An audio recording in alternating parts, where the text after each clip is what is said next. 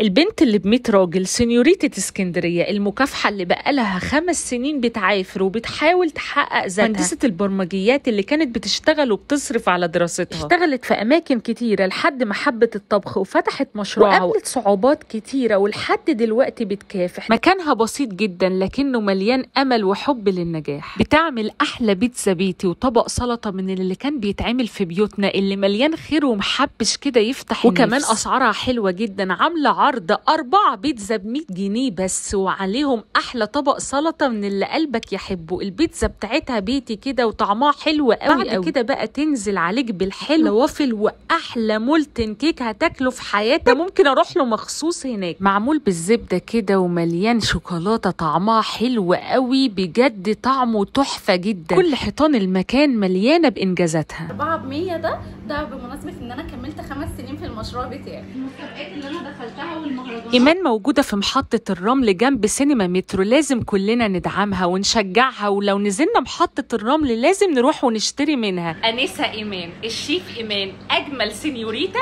والبنت اللي ب100 راجل، اللي بجد لازم كلكم تعملوا لها أحلى لايك وشير علشان نوصل الفيديو ده لأكبر عدد من الناس، ونفتح لها باب رزق جديد وجميل جدا عشان تحقق كل أحلامها وطموحاتها.